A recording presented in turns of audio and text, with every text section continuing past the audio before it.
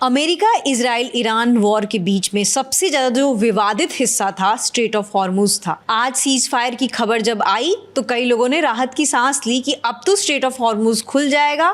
तेल और जो गैस की दिक्कतें हो रही थी अब शायद वो दिक्कतें ना हो। लेकिन खबर ये आ रही है कि सीज फायर के बीच ईरान ने एक कदम उठाया है कि स्ट्रेट ऑफ हॉर्मुज को बंद कर दिया है।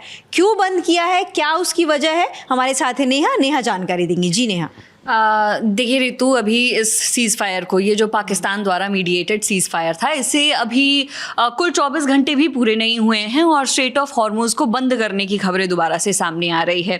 फारस न्यूज़ एजेंसी है, उन्होंने ये रिपोर्ट किया है, उनकी तरफ से ये खबर निकल कर सामने आई है कि क्योंकि इजराइल की तरफ से लेबनान पर जो अटैक किए गए हैं उसे ईरान सीज़ फायर का उल्लंघन मान रहा है और उसके चलते इन अटैक्स के बाद ईरान ने ये डिसीजन लिया है कि स्ट्रेट ऑफ हॉर्मुज को वो एक बार फिर से ऑयल टैंकर्स के पैसेज के लिए या किसी भी तरह के पैसेज के लिए बंद करने वाला है। ये फारस न्यूज़ एजेंसी ने रिपोर्ट किया है।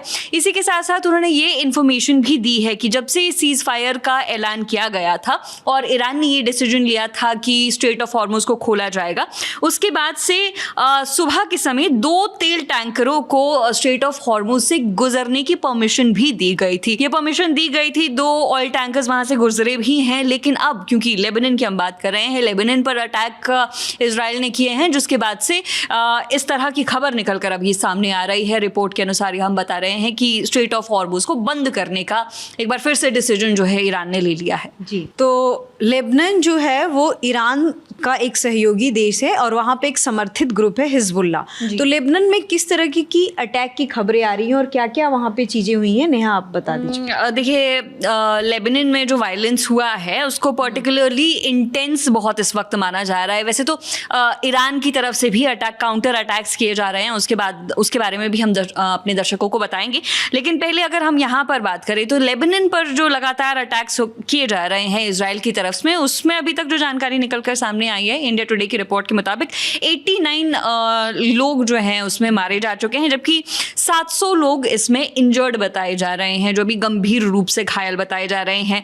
तो ये इजरायली स्ट्राइक्स के बाद लेबनान की कंडीशन है। इतने लोग वहां पर घायल हुए हैं, 700 से ज़्यादा लोग, और 89 लोगों की मौत हो गई है। लेकिन ऐसा नहीं है ऋतु कि ईरान बिल्कुल इस वक्त शांत है या ईरान पूरी तरह से सीज फायर को मान कर चल रहा है, क्योंकि ईरान की तरफ से भी कई अटैक्स किए जा रहे हैं। इस तरह का दावा अन्य देशों ने किया है, जैसे कि यूएई, कुवैत और बहरीन की तरफ से इस तरह के दावे निकलकर सामने आए हैं कि ईरान भी लगातार ड्रोन अटैक कर रहा है, जिसे इंटरसेप्ट करने के लिए उनका जो एयर डिफेंस सिस्टम है वो पूरी तरह से इस वक्त काम कर रहा है। इसी के साथ साथ यूएई ने ये भी जानकारी दी है कि एक गैस प्रोसेसिंग फैसिलिटी थी अबू धाबी के पास, जिसे ईरान की स्ट्राइक के चलते काफी नुकसान पहुंचा है। वहीं कुवैत की अगर बात करें तो कुवैत, ये अल जजीरा को हम कोट कर रहे हैं, अल जजीरा की रिपोर्ट के मुताबिक कुवैत में भी कई ड्रोन अटैक्स जो हैं वो हुए हैं। ये आज की ही बात है और वहाँ की भी मिलिट्री ने ये कहा है कि उनका जो एयर डिफेंस सिस्टम है वो लगातार